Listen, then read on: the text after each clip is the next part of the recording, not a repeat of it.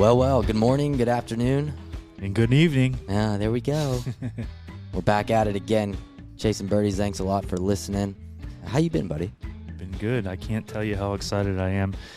3.5 weeks, and it is a special member guest. Hey, you know what? It's actually a really special member guest because this year we're not going to be cruising around on these old standard golf carts anymore, are we? No, we're not. We're going to be riding around on mini motorcycles. Those things are the coolest. So cool. Let the hair down. Oh, you in that case. Yeah, let the hair down and let the wind take you. Yeah, we got a couple cool scooters coming in from Fat Scoots. Well, Fat Scoots on Instagram, but it's called Fat Scooters. Go check them out. We got two for the member guests. I'll probably never use mine after that. Maybe when we have a studio, we could use the scooters as memorabilia, office furniture, whatever. Maybe a giveaway. Yeah, that's not a bad idea. You can give yours away. Yeah, I want mine. Well, luckily I got adjustable handlebars, so somebody out there is going to be all right on that. But Hey. yeah, You said it. I didn't. I mean, the people like it, and it's not that I didn't like you talking about my height on every episode. It's just that It's getting old. it's like let's change it up a little bit. And I just had this conversation with Ryan the other day. If the podcast ended today, there's two things that people would take away from this. Ryan's really short, and I can't read. So either way, we're losing. Yeah. So I'm actually really stoked about our Shopify account. Everything's coming along. Jonathan's been working on some of these T-shirts with a couple other people and moving along nicely, man. Yeah, we got T-shirts coming out soon. I would say, early June? This will be all ready. We'll have swag. We'll have some head covers. We'll have some yardage finder, clips, cups, coffee mugs, tank tops for the ladies, some hats. So I don't really like to drop other brands on here, but Melon, if you're listening, we want you, bud. We want your hats so that we can give our following the best lids out there. Your hats are really good, and actually I'm wearing one. Me so too. Are you. Great.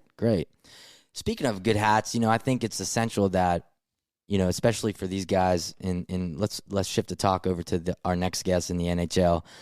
Getting off the ice, your hair's a little wet. You get in the woods, you're a hunter, you're an outdoorsman. That type of environment you're in, these hats are great for that. So where am I going with this? I'm going with this here, that JT Miller, our guest today for the Vancouver Canucks, is not only just a humble individual when it comes to on ice, but off the ice, he is more laid back than your collared shirt on a Sunday afternoon, bud. I mean, the guy has many interests outside of hockey, right? Yeah. I mean, we're talking drag racing, hunting. Drag racing, hunting, fishing. He's got a little bit of everything. Philanthropy. Yeah. I mean, I wouldn't call him that, though. No, not a philanthropist yet. No. Okay. All right. But let the guy retire a little bit, huh? So we got JT Miller today, good buddy of the podcast, good friend of Jonathan's, and we're kind of getting back onto the ice a little bit, if you will. And now it's playoff time almost. It's playoff time. So unfortunately, the Canucks are not in the playoffs, but it's all right. And he's ready to get in the woods, maybe. And he's ready to get on the golf course too. Ready to get in the golf course. That's a little bit of a not. They don't like that. Yeah. If you miss the playoffs, go get your golf club. That's the stupidest joke running. But hey, we'll be on the first tee with them though. Yeah. We know what happened to our buddy Tango at one point. So without any further delay, let's get this thing rolling into JT Miller. And here we go. As you all know by now, Chasin Birdies is proud to be partners with Holderness and Bourne. Check them out online at hbgolf.com. Holderness and Bourne makes fabulous pieces that help you look good on the course, even if your game is not up to par. Check out their new arrivals now for this golf season. Also, head on over to chasinbirdies.com to get some custom Chasin Birdie gear from Holderness and Bourne. We'll continue to drop these pieces through every season. That's chasinbirdies.com and Holderness and Bourne at hbgolf.com.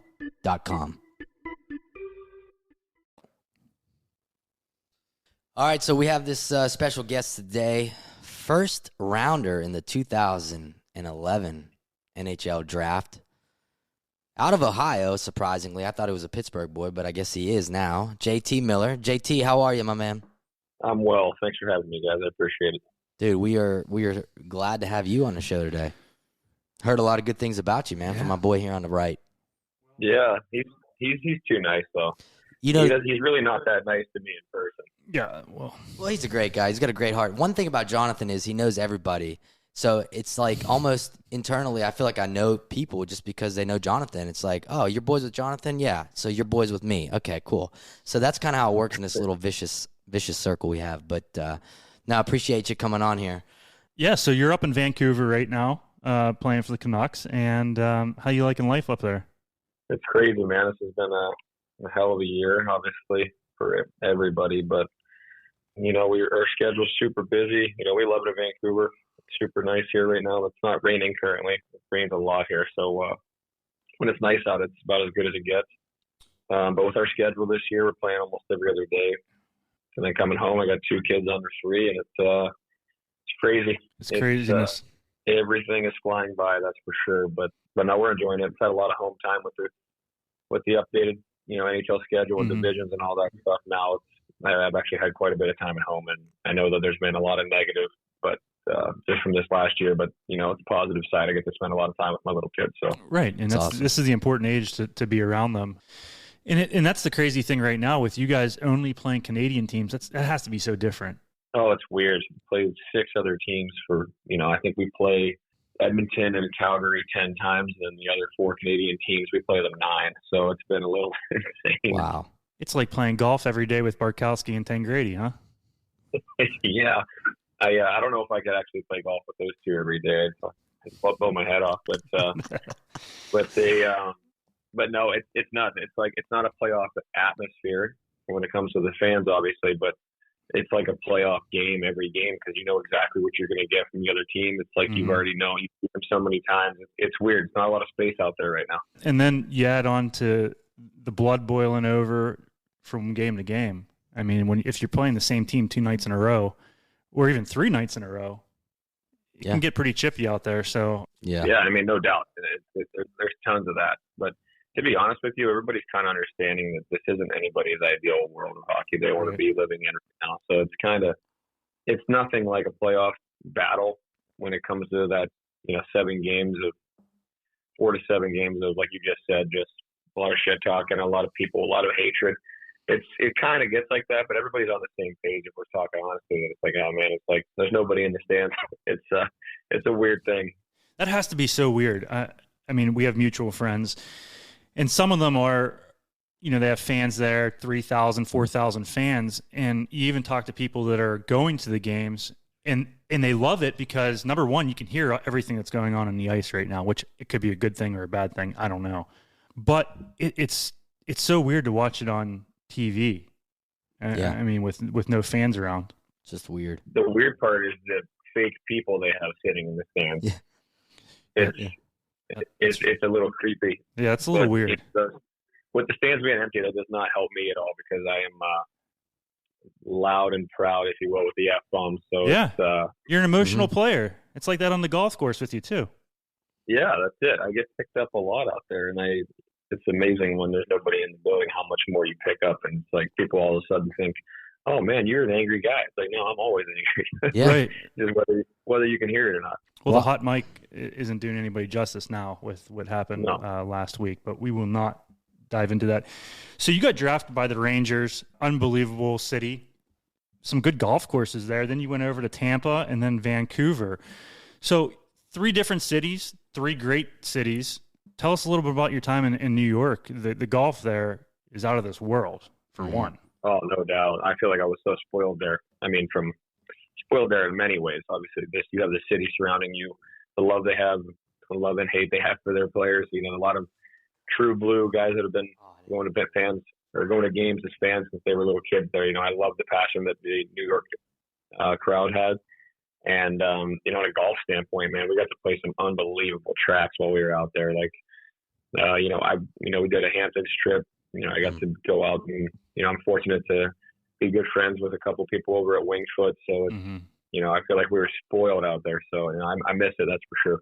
Well, so then you go from New York, you get Were you traded to Tampa, or did you just sign there? No, I was traded to Tampa right on deadline. Yeah, so you had a great little run there, which that team was awesome. Wait, right on deadline. Were you a little surprised, JT? Yeah, I was on the airplane going to, ironically enough now, I was on the plane going to Vancouver from New York, and we flew at 1 o'clock, and the trade deadline was like 3 to 3:30, and I got the news on the plane, so I had to fly 6 hours, 5.5 hours from New York to Vancouver, basically land and turn around and head right back to Tampa. So, I mean, What a pain in the ass. I was a little surprised. Yeah, it was a pain in the ass, but at the same time, we had rookie party that night in Vancouver, so I actually stayed and went out with the guys before I flew home. So yeah, I mean, you got your fun in, but it's still, you mean to tell me they didn't know that they were going to trade you? Hey, let's let JT board the flight. I was told that morning that I was like, nothing's really coming through. You're not going to be traded, and I was traded right literally at 3 o'clock. That's which okay, so you go to Tampa, which I mean, Yeah, doesn't get much better than that. You got Stamkos and who else on that Hedman, team? they say, hey, Hedman's a stick. They say he can play golf. Hedman pounds it. Yeah, he's got a big swing. He's a good player, but I mean, there was a handful of good players down there. Like let's say, Dammer's a pretty good player. I think Alex Killorn is pretty close to a 1 or something, maybe even scratch right now. Now, I'm one to stir the pot a little bit, so I'm going to go out there and tell you. Vince tells everyone that the Canes have the best team for the golf course. Their top 8 players will take on any other 8 players in the league. Yeah, he said that on the pod. He said that on the interview. So really, yeah, that's interesting. Yeah, I don't think Vince is even in the top 8. Ooh, ouch. He listed himself number 3. Number 3. Yeah, I know Brady was a good player. I played with Brady. They say he is a stud. He's got a really nice swing, but if I played with him, I could rattle his world, so I'm not worried about him. Well, it's that's the thing, the shit talking. You guys are the best at that, man. Just being around the folks that I've been with in that NHL world, man, you guys talk shit like no other. There is no. You gotta be gutless. That's the only way. You gotta cut deep. I mean, there is no other sport or athlete that you guys are like the king of shit talking, and I love it. It's kind of awesome. It carries over to the golf course, man, and especially if one of your buddies, I won't say any names, is about to make a putt to win a member guest and they missed the hole. It's a good time to shit talk. Mm-hmm. Oh, no question. I mean, you'd be doing that before the putt anyway. That was me, by the way. Oh, did you? I didn't know that. Yeah, 2 years in a row, I cost us. Pete Dye member guest, little 6-footer straight up the hill, right edge. I played it outside right, missed it, lost by half a point. The next year, I had a 25-footer down the hill, just had a 2-putt, and I 3-whacked it.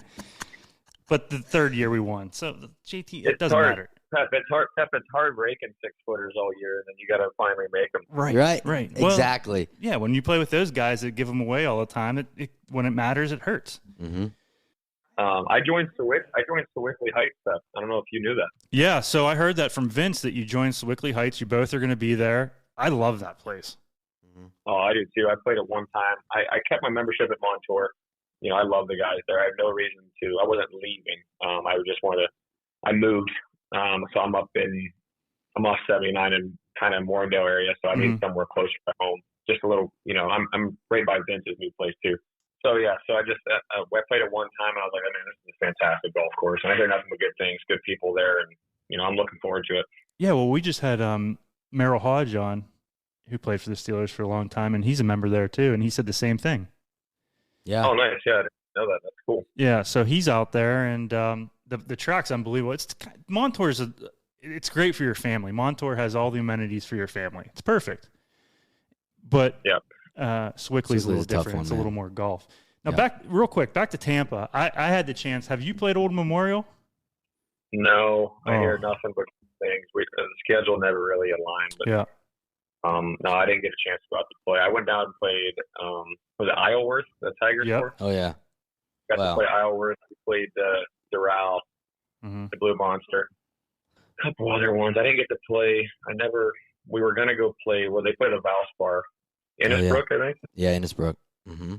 Innisbrook. Or not the Valspar, Maybe it is. I'm not sure. I think it that's is a good course. Valspar. Yeah. Valspar is at Innisbrook. Is that it? Yeah, that course apparently is like one of the hardest courses in all of Florida. Yeah, I think it's definitely at Innisbrook Golf. What's the golf like up in Vancouver? I'll tell you what, the courses are beautiful because of the scenery, but there's not a whole lot compared to the other places that I've been. One of the best courses in all of British Columbia is actually at 1 minute from my house, but I haven't been on it. It's very prestigious. Well, you can't get on there? Called Capital. I guess I have an in through a couple people. I hope they're listening to get me on there, but it's called Capilano. And I think if you look it up, you can see how it's a pretty legit place. Yeah, I would say with the topography up there, the golf in that part of the country or the world is second. We actually golfed the course. I can't remember the name for the life of me right now. That Happy Gilmore was shot at. Oh. It was a lot of like 80% of the movie or 90% of the movie, I guess, what I was told of it was filmed at this one course out here. And we actually were playing it like when the NHL went to a pause last, like basically a year ago. We were going out there to play, once a week, and the views were unbelievable. Yeah. Pine trees and mountains. Yeah. Yeah, it's a different world over here.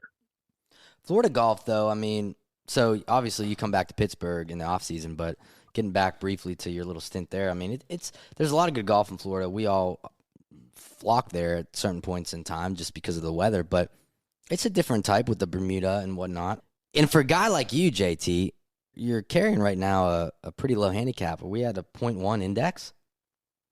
Yeah, So you just don't. Low. So you just don't enter scores. Is that what's happening, or what? Or is it legitimately? No, I'm just kidding. But so you got a pretty good game. Well, it always was like a 1, and well, thank you. But then when they changed the new gen or whatever, it sucks. It went straight. I went from like a 0.8 or something. It didn't touch my clubs. I think a year ago they changed it to what? It was like the best 5, not the average anymore or something. Yeah, so I think it's the best 5. So when they did that, I looked at my gin. I hadn't swung a club, and I went from a 0.8 to a plus 0.4 without swinging a club. That's brutal. So it's doing it for everybody, right? So everybody's a little lower than what they seem. But yeah, I play a lot of golf at Montour in the summer, and I think I pretty much shoot scratch there, but I shot some pretty decent rounds at some good courses, but I don't get to practice like I used to, and well, yeah, my kids are getting through the baby stage, so hopefully I can get back out there and practice a little more. You and I had this conversation. I hate to practice. I cannot sit there and hit balls. You love to practice. Oh. Yeah, I like hitting balls. I can't do it. It's so good. What got you into golf? I guess my dad did. He wasn't like a big golfer or anything. He was an athletic guy. He played pretty much everything sport-wise, but he would take me to the course, and I fell in love with it. It's so much different than the team sports that I grew up playing, and I like the challenge of you being out there by yourself, and it's no one can help you but you, right. And it's just way different. Everything I played growing up, baseball, football, hockey, everything's a team-oriented thing. You got somebody to bail your ass out at all times, and it's just completely different, and I love it. And you can drink beer on the course. So basically, those two things. Which, real quick, we're going to touch on a mutual friend of ours, and I'm sure you can guess who it is, said that you guys drank the most beer in 27 holes ever at Chartiers in an event. Correct. Are we allowed to talk about this guy or no? Yeah, for sure. Absolutely. Matt Barkowski, for everyone out there, great guy, friend of everyone here. Mm-hmm. Yeah, no, me and him were told that was the most beer in a cart they've ever seen. That's unbelievable. Matt had the chance to play with my dad at the Big Smoke. And I told my dad, I said, you're going to love this guy. I mean, he's got a missing front tooth, wears a Trump hat. He's like the all-American golfer with Miller Lite. He is absolutely insane. And he's a teddy bear, though, man. At the end of the day, he's the best. He's a gem.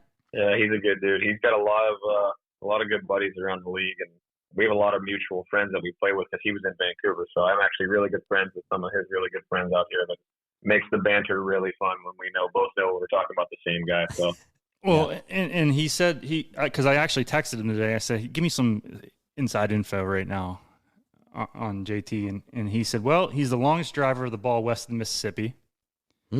West of the Mississippi, not east. West of the Mississippi. That's a good one. You outkicked your coverage with your wife, and she can outdrink you. He knows. That's good. Mm-hmm. That is. I'm not gonna lie, he's not wrong. Well, hey, if you can't admit you outkicked your coverage in life, there's something wrong with you. I mean, we all did. Yeah. Well. But 100%. Well. 100%. Now, another thing I'm going to touch on. I know this is a golf podcast, and we're talking about Chasin Birdies, but you're into drag racing. Well, I haven't done it in a long time, but I grew up doing that. So I'm from Ohio originally. Mm-hmm. I went to high school there my whole life until I moved away for juniors, and I did all my years of schooling until my junior year of high school when I moved away. When my parents split up, my mom moved to Pitt within I think 6th or 7th grade, and I played hockey there starting in 6th grade. So hockey was always Pittsburgh in Ohio. I was just south of Youngstown, is where I was born and raised. So I've been living in Pittsburgh my whole life pretty much, and the only people still living in Ohio would be my grandparents. So that's why there's a little confusion there. I basically grew up there, but I've been in Pittsburgh. That's where the hockey was, so I've been there a long time. Anyway, so my grandfather was a mechanic and drag racer for 50 years. So when I was a kid, he got me into junior drag racing. You could do it as an 8-year-old. Mm-hmm. They put these little lawnmower engines on these little dragsters, like the full scale, but they're half the length. And when you're 8 years old, you can go out and drag race. And there's kids at 12 years old going 85 mile an hour in an 8th mile. It's insane. That's awesome. Yeah, it was the most fun thing, man. Whenever I got grounded, that was the first thing they took away was that, because they knew by far. Oh, it was the best. And then when I turned 16, my grandpa has a 68 Camaro that runs about 150 mile an hour in the quarter mile, does wheel stand, the whole thing. So, and I drove that for a handful of years, but it's been a little busier the last couple of years, so I haven't done it as much. But it's a riot, man. I love it. For anybody that's never gone out to the track, I fully recommend going. I took my son to one out by the airport, the dirt track, the dirt buggies, and it is so loud. And they are the sprint racing. Yeah, they are ripping it. Oh yeah, those guys are. I mean, it's a lot of horsepower. It's loud. You should. I tell you what, we got to go to the track this summer once and just show you, because the amount of horsepower that these cars make in such a short, a quarter of a mile, is 1,300 feet. So that's not very far. Well, what I mean? Yeah, and actually, we record that. Just make sure you have a couple phone books for the old boy over here to sit on, so you can see over the steering wheel. Hey, bud. Here we go again. No doubt. No doubt. Yep. I'll be all right though. You know what? We'll cut a hole in the floorboard for you. Mm-hmm. Yeah, I'll just stand up. I'll be level with Fred you. Flintstone. 6'1" though, JT, huh? 218 pounds. Big boy. Yeah, about 215. Pretty standard. Just depends on the amount of Guinnesses the night before, but yeah.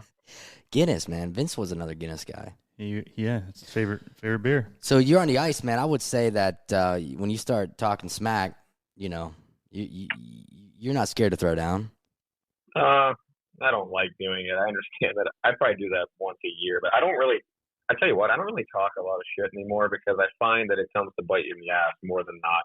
Karma. So, I mean, I'm not afraid of a good chirp, but if someone else starts it, I don't get in there. But I find that if you chirp, especially good players, they're just going to jam it down your throat, and you're going to end up getting laughed at the end of the day. So you're smart. That's a very wise move on your end. Maturity. I got made look like an ass too many times. So eventually you're going to learn. Well, another accolade that I see that you potentially have here is within the 2022 Olympics. Yeah, what's going on? Are they is the NHLPA allowing this? Are they not? Are you still in talks? Guys, I follow nothing. Yeah. Regarding this stuff. I have not a clue what their plan is, when. I don't even know where it is. I don't follow any of that stuff. Yeah. I just am told what to do. I mean, even though you don't follow this stuff, to be named, you're a contender to be on the Team USA Olympic team. That has to be cool. Yeah. Yeah, I mean, like I said, I don't follow that, but I've been told that before, and recently, and that would be one of the highest honors in my opinion, to represent your country on an Olympic level. So I'm definitely not expecting it at all, but I'm not really thinking about it, to be honest. But but it all comes down to me playing well and trying to win for my team now, and I think everything will fall into place if that was a reality. So it's like making a Ryder Cup team. I mean, none of us have ever been named into the Ryder Cup team, but no, I mean, but no, it's same. I would say that's the ultimate dream right there. No. Oh, I will tell you what. Have you been to a Ryder Cup? President's Cup. When Okay. they were out at Liberty. When they were at Liberty, we went for a couple of days. I went to the Ryder Cup in, I think it was 2008 at Valhalla. And, man. Kentucky? Yeah. Yeah. Absolutely gives you chills. My wife, she was my girlfriend at the time. My wife now, she's not even into golf. And she said, this is the coolest thing I've ever seen. I mean, it's literally 4 holes. You got probably 200,000 people in 4 holes just watching 4 groups. And they are screaming. Oh, man, I couldn't imagine. Like, the President's Cup was cool, but that year they blew them out so badly. It kind of wasn't the same energy. The Ryder Cup is special. So we've gone through the hockey, we've gone through the drag racing, and now I know personally that this is probably your biggest what you like to have fun with is hunting. Passion. Yeah. So passionate hunter. No doubt. There's a lot of big bucks out there in Ohio. Yeah, there are. Well, I've been hunting there since I was a kid. My family's been hunting there for generations, and you know why I think I like it more than golf at the moment is because I never get to do it.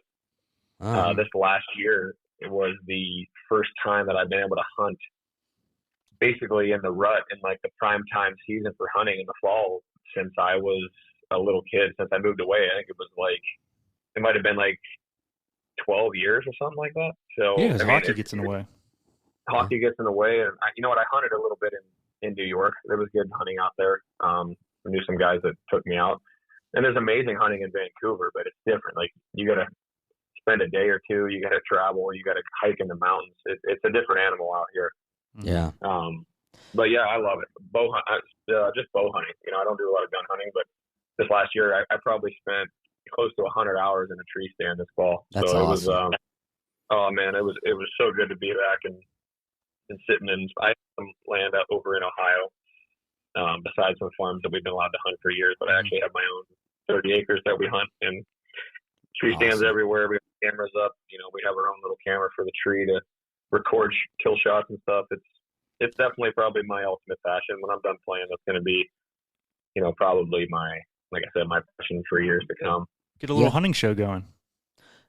We've already talked about it, me and my buddies. You know, that would be nothing fancy, but definitely a little hobby and something that we could get into. But you know, I love sitting in the woods. I could go out in the boat and I can't sit around for 4 hours in a boat and not catch anything. But you know, if I sit in the woods for 4 hours and don't see anything, I seem to be okay with it. So I enjoy the tranquility. 100%. I was just gonna say, there's a lot of parallels with archery hunting and golf, so to speak, because again, accountability.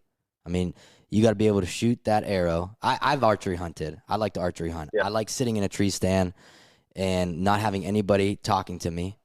And I'm not really an introvert, but I like to be introverted at times. And hunting in that regard is very grounding. And again, like you just said, tranquil.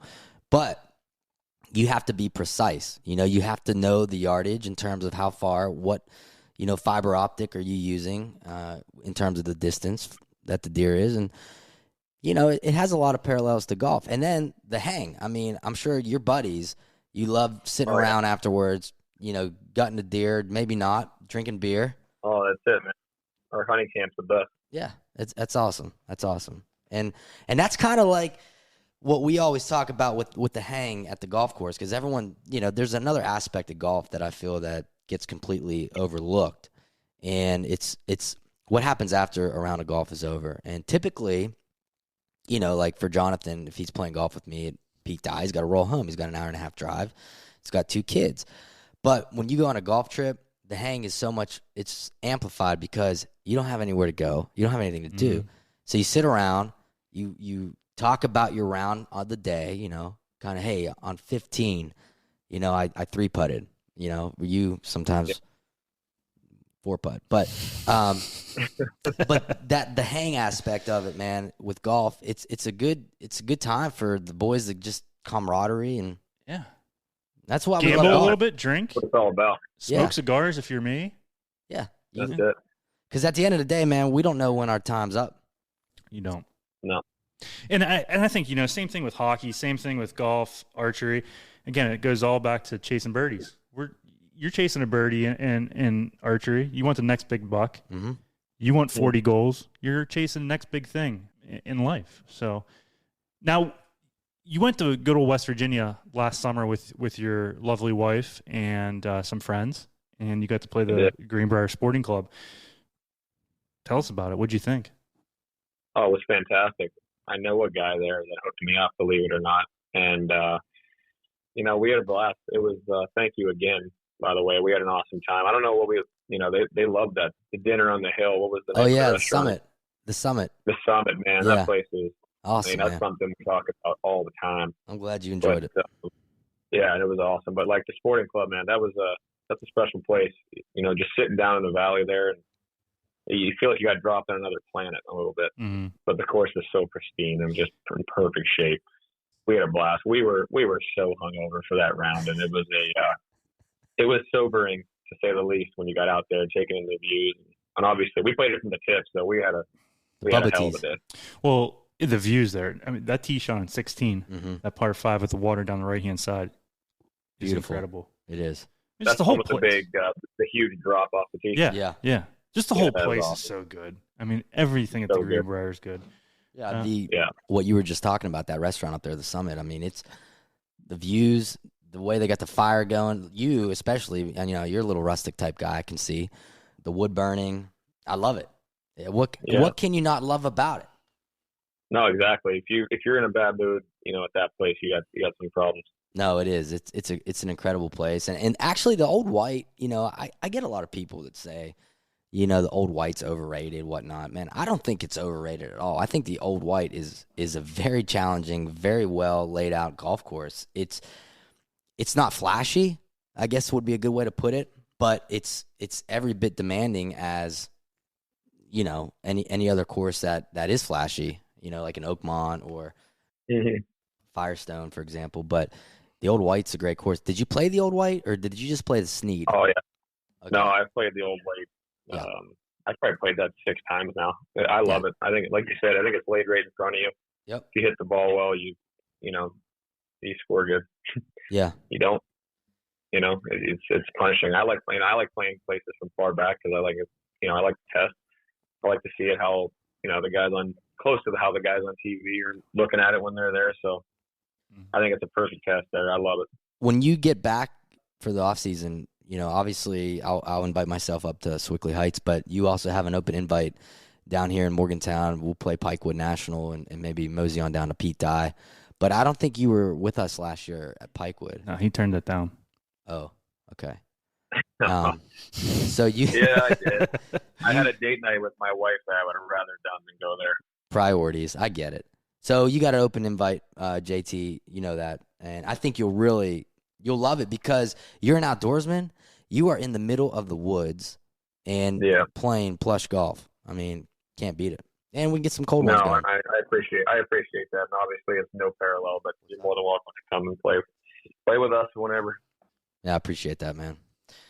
Well, we're going to transition to the our favorite aspect of the show, which is called the tap-in segment, which Jonathan will convey a little bit about that here.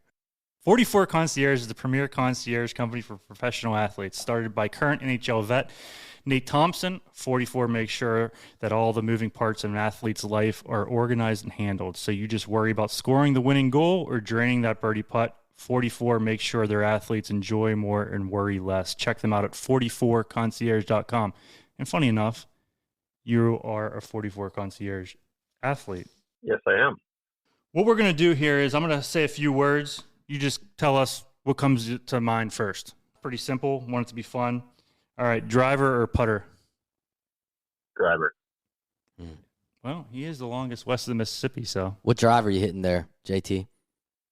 No, the Maverick. Oh, Callaway. Wow, you're the first one. Yeah, that's me too. I've been playing those driver or Callaway heads for a long time. That same thing. I can't get out of it. No. I mean, I have the Sim 2 coming, but whatever. Laurel Valley or Garden City Country Club? Oh, man. I tell you what, those were two of my best rounds ever at both of those places. So and you just, when you play better at a place, you seem to like it a little bit more. Yeah. Man, talk about completely different in my opinion. Jeez. They were both special. I know they're both special places. That's a really hard question. Well, and the reason I said Garden City is because I remember the first time I played golf with you. We were talking about New York, and you said my favorite golf course there is Garden City Country Club. He said it's a gem. Yeah, I never heard of it. I would say it's kind of a hidden gem, but there's so much history there. I'd probably have to say Laurel, to be honest with you. I mean, I think that Garden City was kept a little better than Laurel when I was there, but Laurel with greens and layout and distance kind of made it more special for me. Mm-hmm. Yeah, it's a good one. Laurel's tough to beat. I mean, just the the whole day there. All right, your favorite major. You're sitting at home. What's your favorite major to watch on TV? U.S. Open. Yeah. Yeah. That's a we were a little screwed because of COVID on this last one, but summertime, U.S. Open, the conditions that they put the courses in. I'd agree I like with watching them struggle. Well, and then you played Winged Foot, so you know Winged Foot, and then you realize what Bryson DeChambeau did, how good that was. I mean, the guy. Yeah, and I was talking to some of the members there in the tournament. I'm actually really good friends with, like I said, a couple of them, and I've been fortunate to play Winged Foot more than a dozen times. I got to play a member guest out there actually one year. Oh, that's awesome! And oh man, what a treat that place is. I'm not gonna lie to you, Pep. I think I have Winged Foot over Garden City for me. Really? I don't know. Oh, for sure. Like just from a club to just everything, right? Obviously, just everything, man. I know way more about that place than I do Garden City. So, but no dogging on Garden City, but Winged Foot's another beast. And what he did there, it was kind of cool to see only one guy could go under par. You know what I mean? Like that was because a lot of the guys that I know out there were round for the Mickelson in 06. Mm-hmm. And the course that year, they said, was just insanity. Ridiculous. Yeah. I played there once. I was about 12. Did you play the West course? I can't tell you which course I played. I was 12. I was maybe 11. And I had an awesome caddy. He was Jamaican. And I remember he told me to hit this one club. I think it was my 5-wood. It went about 88 yards. And he nailed the number. It was an awesome experience. But I can't remember which one it was. I was not that. I've never had the opportunity, so I don't. Yeah. All right, last one, JT. Scotch or bourbon? Scotch. All right. I'm not I've given bourbon multiple tries. I'm not a fan. I really do enjoy a nice bottle of Scotch, though. What's the Scotch that you like? I was going to ask that. I like Macallan, Balvenie, Dalwhinnie. Those are my go-tos. I've been drinking one lately called Monkey Shoulder. I don't know if it's like a BC thing, but it tastes pretty good. Yeah. What do you think the difference, like for you personally? Why do you prefer Scotch over bourbon? I don't know. It just hits me a little different. Like I feel like I have a really tough time swallowing bourbon and Scotch, and maybe it's just because when I was younger, I didn't like Scotch at all, but everybody that I was hanging out with in the NHL was kind of drinking it, and they're like, "You'll learn to like it," and I'm like, "No, I don't know about that." So I kind of bared down and just kind of geared through it and hated it while I drank it into, how it forms into, you like it. But I haven't bared down through the bourbon. So I don't know. I can't see me giving into it anytime soon. Well, I just had bourbon for the first time. I had that Sweetens Cove, the one that Jim Nance, Peyton Manning all own. It's the first bourbon I've ever had. Really? Yeah. It was good. As many cigars as you smoke. Yeah. I brush my teeth with cigars here, JT. So, that sounds. I'm sure that's lovely every morning. Oh, if you smoke a good one, can't taste it. Yeah. So, real quick, on Instagram for everybody that you can go to j.tmiller9, follow JT on his Instagram. His wife and him, Natalie, do a lot of nice charitable work. Is there a certain charity right now? Like I said, you do a couple different things, but is there one in particular that you want to kind of bring attention to? Yeah, actually. So my wife had lost her mother she was diagnosed about a year ago with stage 4 melanoma that had transitioned into brain cancer that was not picked up and passed away in the fall. So we teamed up with this foundation called Save Your Skin Foundation. It's research and all that stuff to help people with skin cancer in Vancouver or in British Columbia. And so I actually got into Cameo, and all the proceeds for that go directly to their foundation. And as of yesterday, I just hit $4,000 for a Cameo. So please send one. I think they're $80 or $90 right now for a Cameo, and it all goes for an awesome cause. So that would be fantastic if you could help. Yeah, that's fantastic that you're doing that. And for everyone, you can download the Cameo app, type in JT Miller in the search, and then ask him to send you a little message, and all the proceeds go to the foundation. And again, this is something that's close to his heart and his wife's heart. They're great people. So Stuff. $80-$90 for us, for a lot of us, we can spare it. Definitely. I might just pay $90 for you to see you rip a driver and drink a scotch, huh? So. Oh, let's do it. It's all for a good cause, man. Whatever you guys want me to send, it doesn't have to be anything crazy. The money's going to a great place, but I'll do whatever you guys want. It's pretty awesome. Fantastic, JT. That's awesome, JT. Hey, man, what a good dude you are, man. I haven't had the pleasure of meeting you yet. I heard a lot of good stories, but you could tell, man, you are a good dude. I appreciate a good man. Well, I appreciate you telling me that. At the end of the day, that's the stuff that keeps you civil and all that. So I appreciate it. I'm looking forward to golfing with you guys. Yeah, likewise.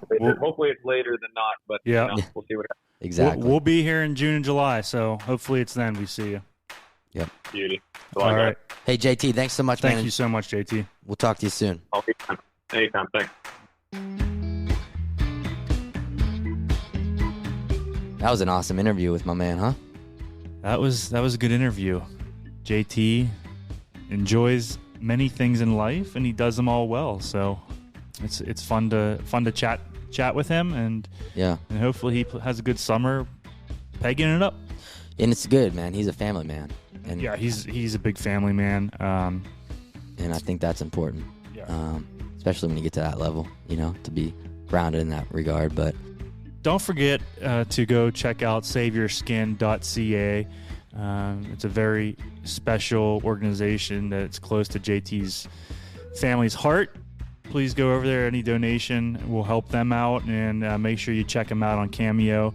I'll send you, your kids, your family a little message that's personalized for you guys. Yeah, that's great. Yeah, great cause. Head on over there, like he said, and check it out. And it's good stuff. So thanks again for listening. We got a couple good episodes coming up in the following weeks. I don't think I'm at liberty to discuss them right now. Don't say a word. Yeah, but special thanks always to our partners over at